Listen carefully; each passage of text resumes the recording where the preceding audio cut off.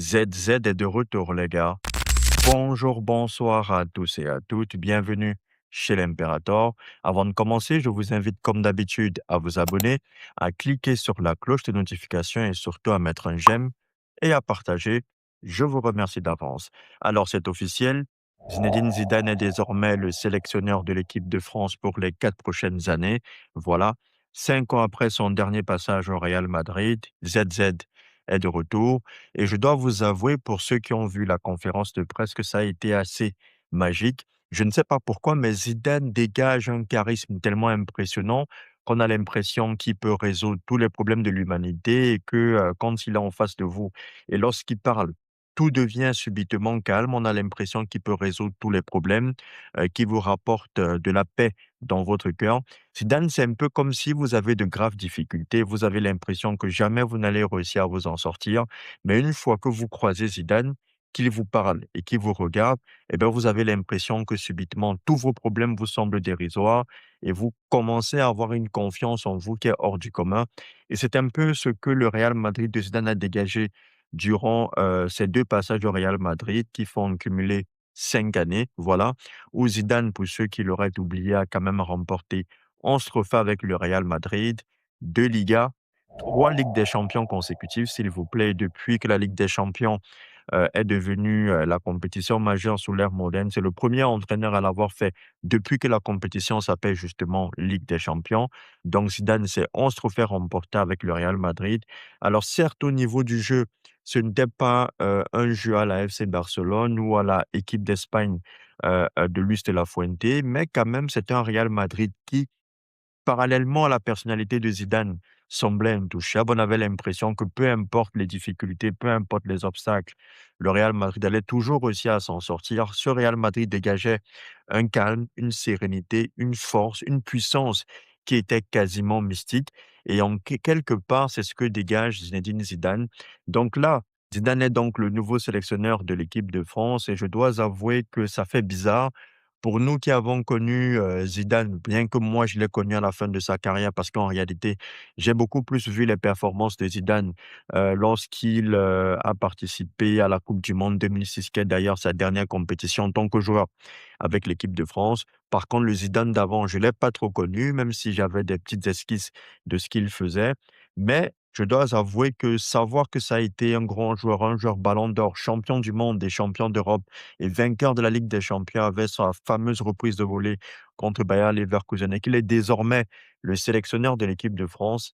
Franchement, pour ceux qui l'ont vu sur la télévision, ça doit quand même faire un choc, voilà, de se dire qu'ils ont pu assister au début de carrière de Zidane, à son ascension en tant que joueur professionnel, voilà, à la manière avec laquelle il est parti avec le coup de boule face à Materazzi, à ses triomphes au Real Madrid avec 3 Ligues des champions consécutives. Et là, en tant que sélectionneur de l'équipe de France. Donc franchement, ça fait quand même bizarre. Maintenant, je vous avoue que dans l'histoire, Zidane, pour moi, prend un risque incommensurable. C'est vrai que vu que c'est Zidane, on n'en parle pas assez parce qu'il est une étoile qui est tellement magnifique qu'on a l'impression que rien ne peut l'atteindre et que rien ne peut l'affecter. Mais il n'en demeure pas moins l'égard que celui pour moi qui a le plus à perdre dans cette histoire, c'est Zidane. Parce que au vu de tout ce que Deschamps a accompli, ça va pas quand même être facile et pour moi, c'est Zidane qui prend le plus de risques, d'être dans un échec monumental. Il a toujours été, comment je peux dire, avec énormément de succès dans sa carrière, que ce soit en tant que joueur, en tant que sélectionneur, en tant qu'entraîneur, pardon, du Real Madrid. Donc je ne sais pas s'il va réussir à avoir, comment je peux dire, la même protection divine qui fait que chaque chose qu'il touche se transforme forcément en or, voilà. Parce que Deschamps a quand même effectué un travail incommensurable. Deschamps, c'est 14 ans à la tête de l'équipe de France. Au moment où Didier Deschamps reprend l'équipe de France sort de Nice 2010, de l'Euro 2012 qui a été un fiasco sous Laurent Blanc. L'équipe de France était une équipe qui avait toujours et toujours des difficultés à se qualifier pour les compétitions internationales, que ce soit l'Euro ou encore la Coupe du Monde. Et Deschamps, en 14 ans, a réussi à transformer cette équipe en l'une des meilleures équipes du monde. Voilà, c'est très simple. En 14 ans avec l'équipe de France, Deschamps a fait un travail monstrueux, incommensurable, qui fait pour moi, À l'instant où je vous parle, Didier Deschamps est le meilleur entraîneur de l'histoire de France, ou bien si vous préférez, Didier Deschamps est le meilleur sélectionneur de l'équipe de France. C'est très simple. Il reprend l'équipe de France en 2012. Voilà. Première compétition, Coupe du Monde 2014, il fait quart de finale et il a fallu un grand Allemagne, un grand Manuel Neuer, champion du monde par la suite, pour éliminer l'équipe de France. Euro 2016, finaliste. Voilà. Coupe du monde 2018, champion du monde avec la génération Mbappé, avec les Griezmann, les Pogba, les N'Golo Kanté.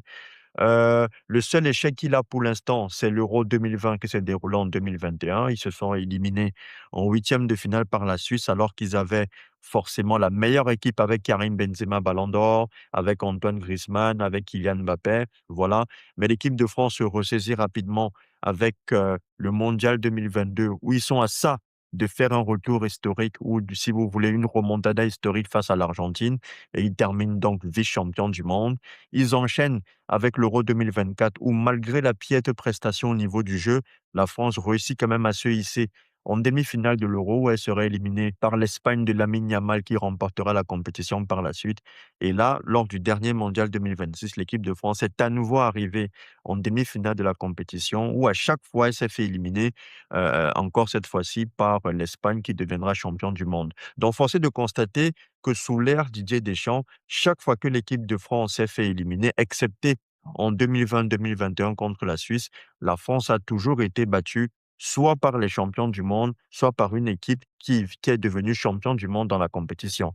Que ce soit l'Allemagne en 2014, que ce soit le Portugal en 2016, que ce soit l'Espagne en 2024, que ce soit l'Argentine, pardon, en 2022, l'Espagne en 2024 ou encore l'Espagne en 2026.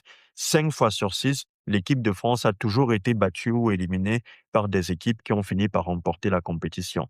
Donc Deschamps va laisser une équipe qui fait partie des meilleures équipes du monde actuellement dans le classement FIFA et même depuis 14 ans, l'équipe de France fait partie des meilleures équipes du monde, si ce n'est la meilleure.